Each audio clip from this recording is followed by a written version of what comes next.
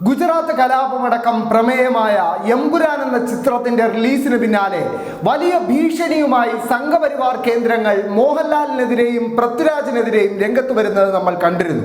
ഈ ഭീഷണിക്ക് മുമ്പിൽ കീഴടങ്ങിക്കൊണ്ട് മോഹൻലാൽ ഏതാനും മണിക്കൂറുകൾക്ക് മുമ്പ് ഒരു ഖേദപ്രകടനം തന്റെ സമൂഹ മാധ്യമങ്ങൾ വഴി പങ്കുവച്ചിരുന്നു.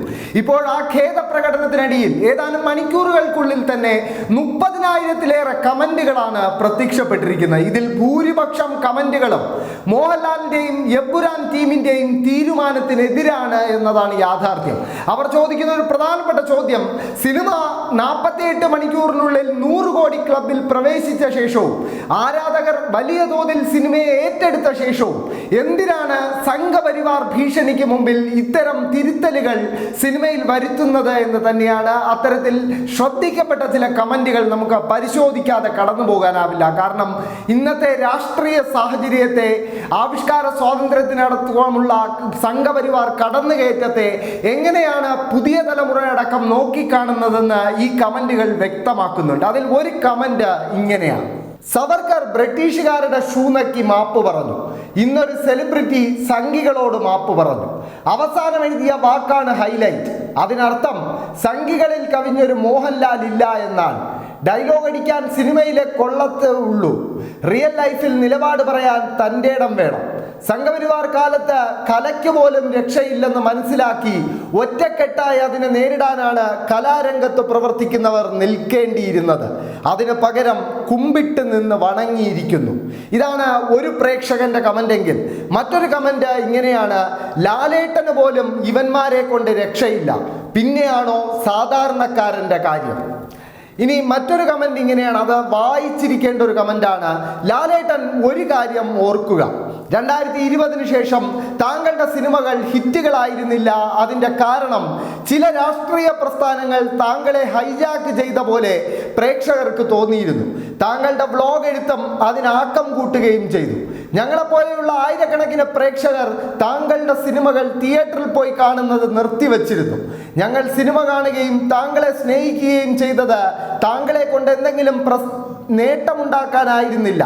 അതുകൊണ്ട് തന്നെ എമ്പുരാൻ സിനിമയ്ക്ക് ചില ആളുകളിൽ നിന്ന് ഹെയ്റ്റ് അഭിപ്രായങ്ങൾ ഉണ്ടായപ്പോൾ ഞങ്ങൾ പലരും 5 വർഷത്തിന് ശേഷം ഈ സിനിമ തിയേറ്ററിൽ പോയി കണ്ടു.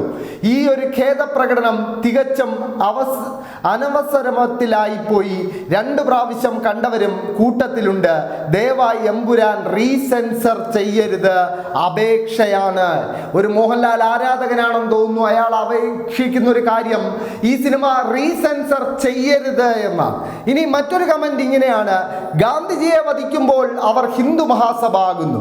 ബാബറി മസ്ജിദ് തകർക്കുമ്പോൾ അവർ വിശ്വ ഹിന്ദു പരിഷത്താകുന്നു. ഗ്രഹാം സ്റ്റെയിനെയും ഭാര്യയെയും അവരുടെ പിഞ്ചു കുഞ്ഞുങ്ങളെയും പച്ചയ്ക്ക് കത്തിക്കുമ്പോൾ അവർ ബജ്രംഗ് ദൾ ആകുന്നു. ഗൗരി ലങ്കേഷിനെ വെടിവെക്കുമ്പോൾ അവർ ഹനുമാൻ സേനയാകുന്നു.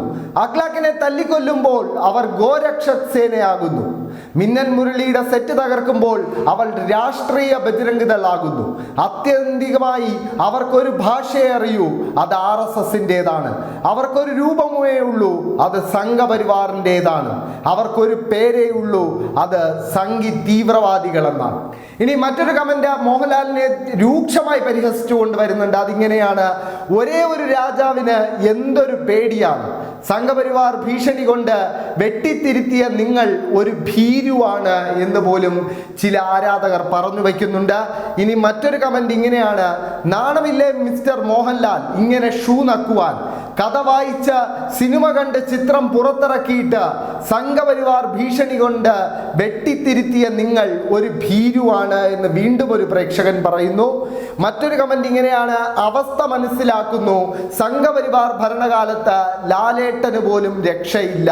ഇനി മറ്റൊരു ശ്രദ്ധേയമായ കമന്റ് ഇങ്ങനെയാണ്: കേരളത്തിനെതിരായ വിദ്വേഷ പ്രചരണം മാത്രം വെച്ച് നിർമ്മിച്ച കേരള സ്റ്റോറി കലാകാരന്റെ അഭിപ്രായ സ്വാതന്ത്ര്യം എന്ന് പറഞ്ഞ ലോകമാകെ പ്രചരിപ്പിച്ച അതേ സംഘപരിവാർ നേരിട്ട് കണ്ട ഗുജറാത്ത് കലാപത്തെ പരാമർശിച്ചതിന്റെ പേരിൽ എമ്പുരാൻ സിനിമയ്ക്കെതിരെയും അതിലെ കലാകാരന്മാർക്കെതിരെയും കൊലവിളി നടത്തിയിരിക്കുന്നു.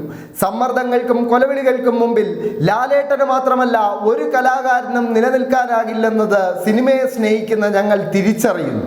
അതുകൊണ്ട് തന്നെ ലാലേട്ടനടക്കമുള്ള കലാകാരന്മാരെ മലയാളി മനസ്സിലാക്കുന്നു എന്ന് മാത്രമല്ല, സംഘപരിവാർ ആരാണെന്നും എന്തുകൊണ്ട് കേരളം ഈ തെമ്മാടി പാർട്ടിയെയും അണികളെയും അകറ്റി നിർത്തണമെന്നും ഈ അവസരം ഒരിക്കൽ കൂടി ഓർമ്മിപ്പിക്കുന്നു എന്നാണ് ഒരാൾ പറയുന്നത്. ഇനി മറ്റൊരാൾ പറയുന്നത്, താങ്കൾ കുറിപ്പിനൊടുവിൽ പറഞ്ഞ 4 പതിറ്റാണ്ട് കാലം സിനിമയിൽ ജീവിച്ചിട്ടും ഒരു വർഗീയ രാഷ്ട്രീയത്തിന്റെ തിട്ടൂരങ്ങളെ ഭയന്ന് കലയുടെ രാഷ്ട്രീയത്തെ കട്ട് ചെയ്യാനെടുക്കുന്ന തീരുമാനം ദയനീയമാണ് എന്നാണ് ഒരു പ്രേക്ഷകൻ പണ്ടുവയ്ക്കുന്നത്. വെട്ടിക്കഷ്ണങ്ങളാക്കുന്നതിന് മുമ്പേ കാണേണ്ടവരെല്ലാം അത് കണ്ടു കഴിഞ്ഞു, ഇനി എന്തിനാ വെട്ട് എന്നൊരു ചോദ്യം മറ്റൊരാൾ ചോദിക്കുന്നുണ്ട്. കാരണം 48 മണിക്കൂറിനുള്ളിൽ 100 കോടി ക്ലബിലാണ് എമ്പുരാൻ ഇടം പിടിച്ചിരിക്കുന്നത്. ഇതിനോടകം തന്നെ വലിയൊരു ശതമാനം പ്രേക്ഷകർ ഈ സെൻസറിങ് വരുന്നു എന്നുകൂടി അറിഞ്ഞതോടെ വൻതോതിൽ തിയേറ്ററുകളിലേക്ക് ഒഴുകുകയാണ്. സിനിമ ഇതിനോടകം വലിയൊരു സാമ്പത്തിക വിജയമായി മാറിക്കഴിഞ്ഞു. പക്ഷേ സംഘപരിവാർ ഭീഷണിക്ക് മുമ്പിൽ ഇത്തരത്തിൽ ഒരു കീഴടങ്ങലിന് മോഹൻലാലും ടീം എമ്പുരാനും തയ്യാറായി എന്നത് അല്പം മലയാളികൾക്ക് പോലും അപമാനകരമാണെന്ന് പറയേണ്ടിയിരിക്കുന്നു. കാരണം മുഖ്യമന്ത്രി അടക്കം ഈ സിനിമയെ പിന്തുണച്ചുകൊണ്ട് പ്രതിപക്ഷ നേതാവ് പോലും രംഗത്ത് വരുന്നത് നമ്മൾ കണ്ടിരുന്നു. പ്രതിപക്ഷ നേതാവും മുഖ്യമന്ത്രിയും അടക്കം കേരളത്തിന്റെ സമൂഹമാകെ ഈ വിഷയത്തിൽ എമ്പുരാൻ ടീമിനൊപ്പം അടിയുറച്ച് നിൽക്കുമ്പോഴാണ് അവർ ഇങ്ങനെ ഒരു തിരുത്തൽ, സംഘപരിവാർ ആവശ്യപ്പെടുന്ന രീതിയിലുള്ള ഒരു തിരുത്തലിന് തയ്യാറായത് എന്നത് എടുത്തു പറയേണ്ടിയിരിക്കുന്നു. എന്തായാലും മറ്റൊരു കമന്റ് ഇങ്ങനെയാണ്: സംഘപരിവാർ രാഷ്ട്രീയവും എത്രമാത്രം നമ്മളെ വിഴുങ്ങി എന്നൊന്ന് ആലോചിച്ചു നോക്കിയേ. സെൻസർ ബോർഡ് സർട്ടിഫൈ ചെയ്ത പടം പോലും വെട്ടിക്കളയാൻ പോകുന്നു. നമ്മളെപ്പോഴും പറയും കേരളം അങ്ങനെ ഇങ്ങനെ എന്നൊക്കെ. നമ്മളെപ്പോലും പേടിപ്പിച്ചു നിർത്തി ഭീഷണിപ്പെടുത്തി അവർ അവരുടെ കാര്യങ്ങൾ നേടിയെടുക്കുന്നത് നോക്കിക്കേ. ഒരു മലയാള സിനിമ പോലും നമ്മെ ഭീഷണിപ്പെടുത്തി തിരുത്താൻ മാത്രം അവർ വളർന്നു, അതും ഒട്ടും ഇൻഫ്ലുവൻസ് ഇല്ലാത്ത കേരളത്തിൽ പോലും. ഇവരെയൊക്കെ ഇവിടെ നടക്കുമെങ്കിൽ ബാക്കിയുള്ള സ്ഥലത്തെ അവസ്ഥ എന്താകും? ഇവർ നമ്മൾ മുഴുവനായിട്ടും വിഴുങ്ങി. മധുപാൽ പറഞ്ഞ പോലെ അവർ നമ്മേൽ അടിമകളാക്കി. ഇന്നൊരു BJP ലീഡർ ഗണേശൻ പറയുന്നു, പൃഥ്വിരാജ് ജോർദാൻ പോയപ്പോൾ ISIS ആൾക്കാരുമായി ചർച്ച നടത്തിയെന്ന്. അതുപോലും വിശ്വസിക്കാൻ യാതൊരു യുക്തിയുമില്ലാത്ത കുറെ പ്രവർത്തകരും. നമ്മുടെ നാടിന്റെ പോക്ക് എങ്ങോട്ട് എന്നൊരു ചോദ്യം ഒരാൾ ചോദിക്കുന്നുണ്ട്. എന്തായാലും കഴിഞ്ഞ ദിവസമാണ് BJPയുടെ യുവജന സംഘടനയായ യുവമോർച്ചയുടെ സംസ്ഥാന ഉപാധ്യക്ഷനായ K ഗണേശ് പൃഥ്വിരാജിന് IS ബന്ധമടക്കം ആരോപിച്ച് രംഗത്ത് വന്നത്.